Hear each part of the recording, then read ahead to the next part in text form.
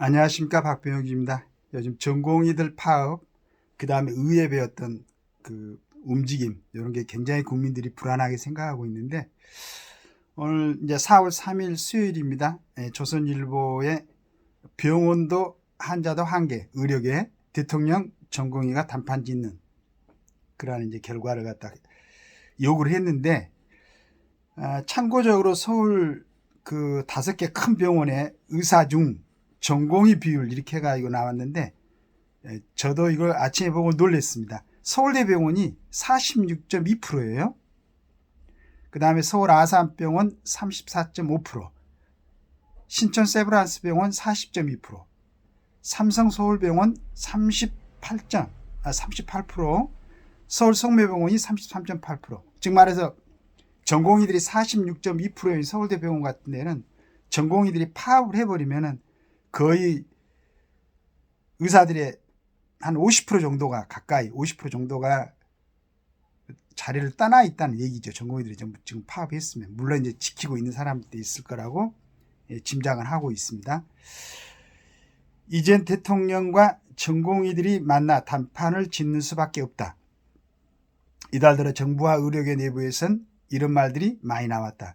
응급 환자 치료가 사실상 막히는 의료 대란 직전인 현 시점에서 정부와 의료계의 극한 대치를 풀어 진료 정상화를 이끌어낼 수 있는 사람은 대통령과 전공의들 뿐이라는 뜻이다.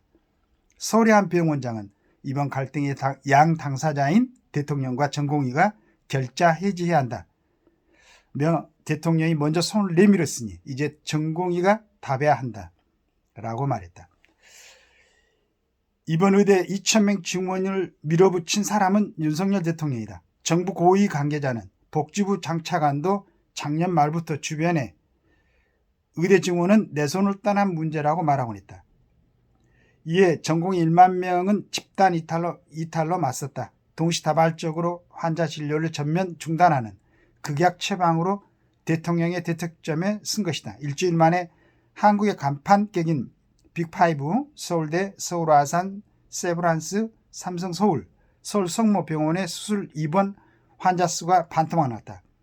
24시간 응급실과 입원실을 지키던 전공의가 떠나자 이들에게 과도하게 의존해온 대형 병원의 응급 중증 환자 치료 기능이 절반 밑으로 쪼그라든 것이다.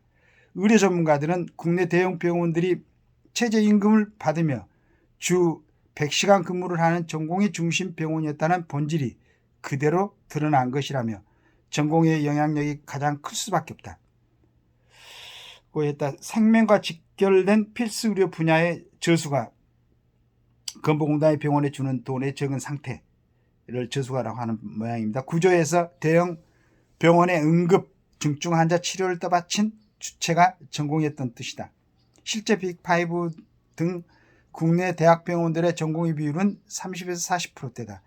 미국, 일본 등 주요국 대표 병원들의 전공의 비율 10%의 3배. 여기에 이제 진짜 문제가 있었던 거죠.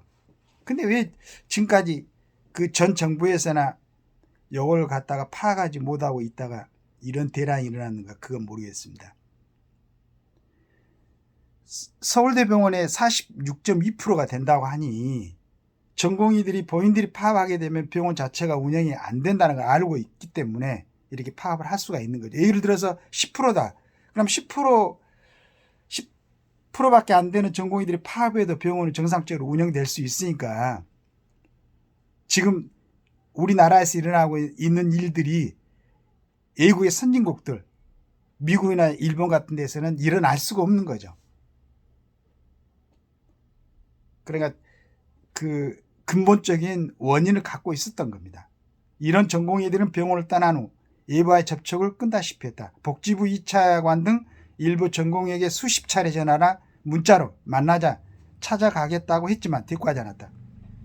전공의 2명만 언론에 나와 2,000명 증원 백지화라는 기존 전공의들의 요구를 반복해서 말했다. 정부가 행정처분을 면회정지를 얘기합니다. 형사처벌, 업무 복귀 명령 미준수 절차를 받겠다고 수십 차례 발표했지만 아무런 반응도 보이지 않았다. 일부는 나를 잡아가라는 글을 자기 소셜미디어에 올리기도 했다.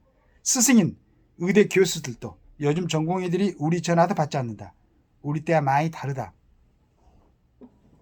뭐 이렇게 얘기를 했다고 그러네요. 의료계에서는 전공의도 더 이상은 무방으로 일관할 수 없는 지점이 왔다는 말이 나온다. 전공의 집단 이탈이 40일을 넘어가면서 암 환자의 수술이 밀리는 등 중환자의 피해가 임계점에 도달했다. 대형 병원들도 하루에 10억 원 이상의 적자를 보고 있다. 한 대학병원 교수는 이달 안에 수도권 대학병원 2곳, 지방 대학병원 1곳이 문을 닫을 것이란 말이 파다하다. 만일 대학병원 폐원 사례가 나오면 줄줄이 도산할 우려가 있다고 했다. 응급 중증 환자를 전담하는 대형 병원들이 가동을 멈추면 분노 여론이 폭발할 수 있고 이번 사태를 일으킨 전공의들이 돌이킬 수 없는 불이익을 당할 수 있다는 것이다.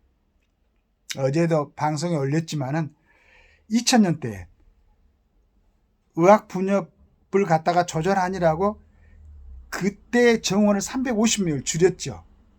그게 지금 24년이 지나오면서 거의 한 10,000명 정도가 원래 그 정원의 증원에서 줄어든 거죠. 그래 만약 그때 350명을 줄이지 않고 그대로 유지했으면, 그러니까 2000년대 우리 전공의들의 그 정원 그대로 대학 정원을 유지를 했으면은 지금 같은 이런 일이 없었죠. 의사들이 10,000명이 배출됐을 테니까. 그런데 지금도 2,000명 증원하는 것도 굉장히 지금 아주 늦었어요. 이 친구들이 와서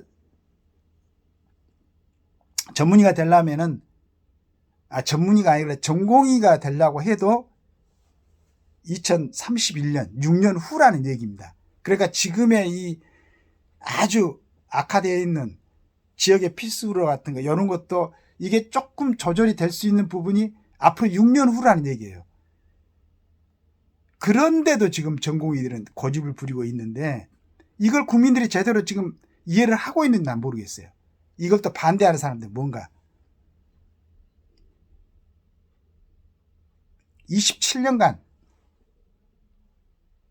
오히려 대학 정원을 갖다가 350명을 줄여놓은 상태에서 이 정도 지금 진행해 왔는데, 이런 아주 필요한 이런 정보를 갖다가 국민들이 모르고 있기 때문에 그냥 단순히 대통령도 고집 부리고 있다 이렇게 생각해 버리면은 이 중요한 결정을 갖다가 또 전 대통령들처럼 지금 9차례 대통령들이 시도를 했다가 실패를 했죠. 이렇게 파업을 하니까. 근데 이번에 다시 이걸 멈추게 되면은 지금 이 상태로 지방에서 그 임산부들이 병원을 찾아다니다가 치료를 못 받고 죽는 수도 있고 이런 상황이 계속 그대로 진행된다는 얘기입니다. 근데 왜 이 사실을 갖다가 지금 국회의원 되겠다고 하는 이 친구들이 왜 이런 걸 갖다 얘기를 안 하냐 이거야. 그저 어떻게 하든지 우선 듣기 좋은 소리를 하고 한 표라도 얻으려고 이런 생각만 하고 있는 이런 친구들이 국회의원 되면 뭐해?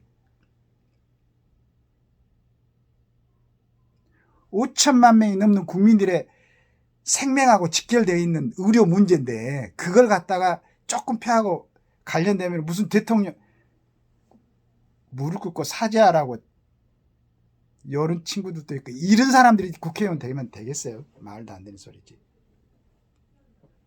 그래서 언론에서 지금 잘 정리를 해줘갖고 감사하게 생각하는데 이렇게 정리를 해줘야지 사실 그대로 좋은 결론이 맺어지기를 바라겠습니다.